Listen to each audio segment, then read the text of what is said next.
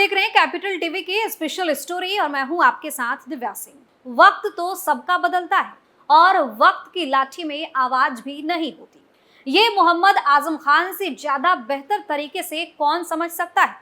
भ्रष्टाचार को खत्म करने का दावा करके राजनीति में आने वाले नेताओं का जब भंडाफोड़ हो जाता है तो कैसे बिलबिलाने लगते हैं, वो आप समाजवादी पार्टी के नेता आजम खान को देखकर बखूबी समझ सकते हैं कि कैसे एक भ्रष्ट नेता पर जब कानून का शिकंजा कसता है तो फिर गिड़गिड़ाने के अलावा कुछ और नहीं कर सकता।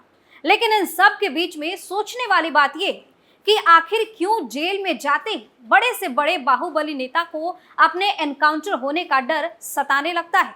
क्या वो मीडिया के सामने रोना रोने लगते हैं कि उनका एनकाउंटर हो सकता है।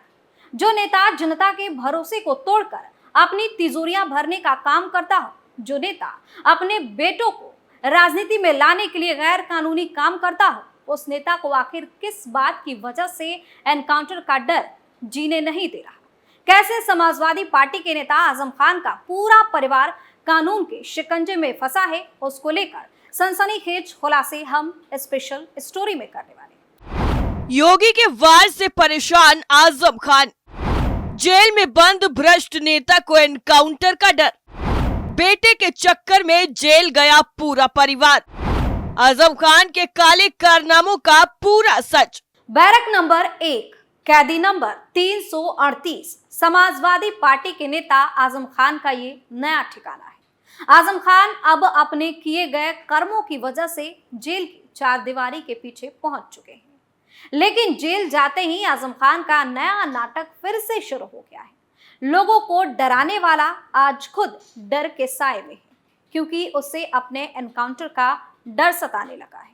जी हाँ, ये वही आजम खान है जिन पर लोगों की जमीन पर कब्जा करने का आरोप है। ये वही आजम खान है जिन पर डकैती तक के आरोप हैं। लेकिन कहते हैं ना कि कानून के हाथ बहुत लंबे होते हैं, वो एक ना एक दिन अपराधी के गिरेबान तक पहुंच ही जाते हैं और उन्हें दबोच लेते हैं। आजम खान के साथ भी यही हुआ है। लोगों को डराने धमकाने वाला आजम खान आज अपनी जान को खतरा बता रहा है। लेकिन आजम खान को जेल जाते ही अपनी जान का खतरा कैसे हो गया, ये भी सोचने वाली बात है। और आजम खान पहले नेता नहीं है तो जेल जाते ही अपनी जान का खतरा होने की बात कर रहा हो। लेकिन इस हथकंडे से अगर आजम खान को लग रहा है कि वो जेल की चारदीवारी से बाहर आ जाएंगे तो ये मुमकिन बिल्कुल नहीं है। आजम खान को अपने किए गए गुनाहों की सजा तो भुगतनी ही पड़ेगी। दरअसल आजम खान को सीतापुर और उनके बेटे को हरदोई जेल में शिफ्ट कर दिया गया है, जिसके बाद जेल से बाहर निकलते वक्त आजम खान बुरी तरह से डरे हुए नजर आए और उन्होंने कहा कि कुछ भी हो सकता है। आपको बता दें कि आजम खान को रामपुर जेल से सीतापुर जेल में शिफ्ट किया गया है। भारी सुरक्षा के बीच आजम खान को गाड़ी में बिठाया गया। बीच में बैठने से उन्होंने इनकार कर दिया। आजम खान ने कहा कि बीमार आदमी हूं, कमर बीच में बैठने की इजाजत नहीं दी थी। उन्होंने सुरक्षा कर्मियों से उम्र का लिहाज तक करने की अपील कर दी। आजम खान के बेटे अब्दुल्ला आजम को भी शिफ्ट किया जा रहा है। उनके काफिले में अलग अलग गाड़ियां चली। आजम खान के बेटे अब्दुल्ला आजम खान को हरदोई जिला जेल में शिफ्ट किया गया है, जबकि आजम खान को सीतापुर जिला जेल में शिफ्ट किया गया है। वहीं आजम खान की पत्नी तंजीम फातिमा को अभी रामपुर जेल में ही रखा गया है। किस मामले में हुई सजा? 18 अक्टूबर दिन बुधवार। ये तारीख उत्तर प्रदेश की सियासत में इतिहास बन गई। सपा नेता आजम खान, उनकी पत्नी डॉक्टर तंजीम फातिमा और बेटे अब्दुल्ला को एमपी एमएलए स्पेशल कोर्ट यानी कि मजिस्ट्रेट ट्रायल शोभित बंसल ने 7 साल कैद की सजा सुनाई। इस मुकदमे में 170 तारीखें लगी और 15 गवाह भी पेश किए गए। इसके बाद अदालत ने 430 पेज का फैसला दिया। इस मामले में आजम परिवार के खिलाफ 5 धाराओं में आरोप पत्र दाखिल किए गए थे। सभी धाराओं में अदालत ने उन्हें सजा सुनाई। इसमें सबसे बड़ी सजा 7 साल की है। आजम खान और उनके परिवार को जिस मुकदमे में सजा हुई वह मुकदमा 3 जनवरी 2019 को गंज कोतवाली में दर्ज कराया गया था। मुकदमे में आजम खान, उनकी पत्नी और बेटे को नामजद किया गया था। पुलिस की विवेचना के बाद 1 अप्रैल 2019 को आरोप पत्र दाखिल भी कर दिया गया था। अदालत ने 19 अगस्त 2019 को आरोप पत्र संज्ञान लिया। 18 अगस्त 2021 को अदालत ने आरोप तय किए और सुनवाई शुरू कर दी। अभियोजन ने एक एक कर 15 गवाहों को पेश किया। लखनऊ हाईकोर्ट की बेंच ने अपर महाधिवक्ता अनिल प्रताप सिंह के निर्देशन में अभियोजन ने पैरवी की। अदालत ने बचाव पक्ष को भी मौका दिया। बचाव पक्ष ने 19 गवाह पेश किए। साथ ही पैरवी के लिए स्थानीय अधिवक्ताओं के अलावा सुप्रीम कोर्ट के अधिवक्ता भी लगाए गए। मुकदमे की सुनवाई में 170 तारीखें लग गई। इसके बाद 18 अक्टूबर को अदालत ने 430 पेज का फैसला सुना दिया।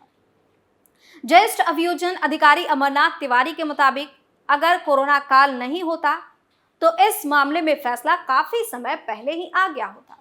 कोरोना काल में काफी वक्त तक कोर्ट बंद रही थी। रामपुर नगर पालिका से 26 जून 2012 को अब्दुल्ला का जन्म प्रमाण पत्र बनवाया गया, जिसमें उनकी जन्मतिथि 1 जनवरी 1993 दिखाई गई।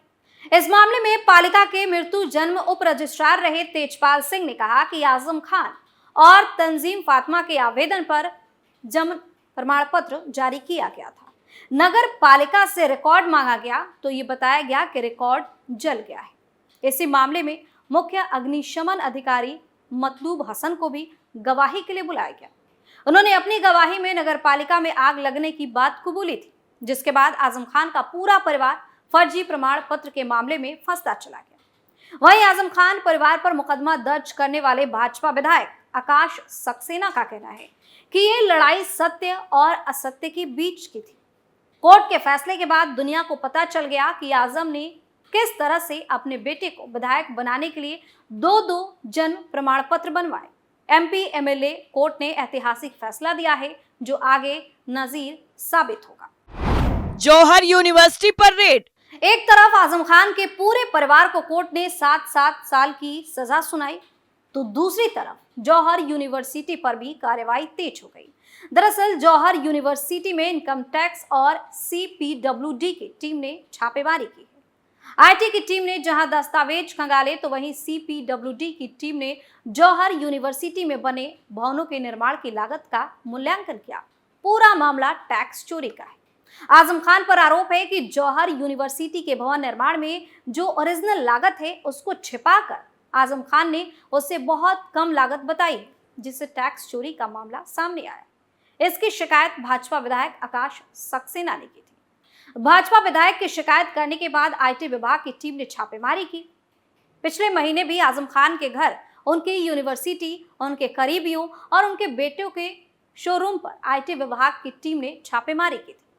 रेड को लेकर रामपुर नगर विधानसभा से भाजपा विधायक आकाश सक्सेना ने बताया कि हमारी तरफ से 2017 में ही इसमें शिकायत की गई थी कि जौहर यूनिवर्सिटी में जो इन्वेस्टमेंट है वो गलत दिखाया गया है। आज की जो वर्तमान स्थिति है वो हजारों करोड़ का उन लोगों ने इन्वेस्टमेंट किया है। भाजपा विधायक ने कहा कि पूरी यूनिवर्सिटी का जो इन्वेस्टमेंट है वो उन्होंने 60 करोड़ का बताया है, जबकि असलियत ये है कि वो हजारों करोड़ का इन्वेस्टमेंट है। हमारी मांग थी कि वैल्यूएशन के बाद जो भी इन्वेस्टमेंट की कॉस्ट आनी चाहिए उस पर इनके ऊपर टैक्स लगना चाहिए। आजम पर पूरी तरीके से टैक्स लगना चाहिए जो एक आम आदमी पर लगता है। बीजेपी विधायक ने कहा कि आजम जेल में तो अपने कर्मों की वजह से है, तो ये प्रोसेस तो चलेगा, चाहे वो जेल में हो या कहीं भी हो, उससे कोई फर्क नहीं पड़ता है। लेकिन अपने पूरे सियासी करियर में आजम खान की जौहर विश्वविद्यालय बनाने की एक उनकी अजीब किस्म की जिद ही ने उन्हें अर्श से फर्श पर पहुंचा दिया। कभी सोचा नहीं होगा कि वो भूमाफिया घोषित हो जाएंगे। उन पर जमीन हथियाने, सरकारी पैसे का दुरुपयोग करने, किताबें चुराने, नफरती भाषण देने के साथ ही कई मामलों में मुकदमे दर्ज हो जाएंगे। अब उनका सियासी करियर तो लगभग चौपट ही हो गया है और आगे कुछ सालों तक वो जेल में ही रहेंगे, ये भी तय है। अपनी शोला बयानी के लिए मशहूर आजम खां के निशाने पर कौन नहीं रहा। भाजपा वाले सीधे निशाने पर रहे। रामपुर का नवाब खानदान हो या अमर सिंह, रामपुर से जयप्रदा को सांसद बनाने में अहम रोल निभाने वाले इस शख्स ने उन पर ओछी टिप्पणियां की और एक वक्त मुलायम सिंह यादव पर भी उनके निशाने पर आ गए। महिला सांसदों पर भी विवादित टिप्पणी कर चुके हैं। मीडिया से भी उनकी कई मौकों पर तलखी रही। लेकिन अब आजम खान को उनके किए गए गुनाहों की सजा कोर्ट से मिल रही है, जिसे भुगतने की बजाय आजम खान नए पैतरे आजमा रहे हैं कि कैसे भी करके वो बाहर जाने का रास्ता निकाल सके। वैसे आपको बता दें कि आजम खान पहले नेता नहीं है जो जेल जाते ही अपनी जान को खतरा होने का राग अलापने लगे। आजम खान की तरह ही उत्तर प्रदेश के बाहुबली नेताओं में शुमार मुख्तार अंसारी भी अपने एनकाउंटर के डर को लेकर कोर्ट तक पहुंच गए, लेकिन सिर्फ लफाजों की वजह से कोई कोर्ट ने एक्शन नहीं लिया जब तक पुख्ता सबूत ना मिल जाए। लेकिन अब देखना होगा कि क्या आजम खान एनकाउंटर वाली नौटंकी के बाद बाहर जाने के लिए कोई दूसरा नया तरीका खोज पाते। स्पेशल स्टोरी में आज के लिए इतना ही। बाकी खबरों के लिए आप देखते रहिए कैपिटल टीवी। नमस्कार।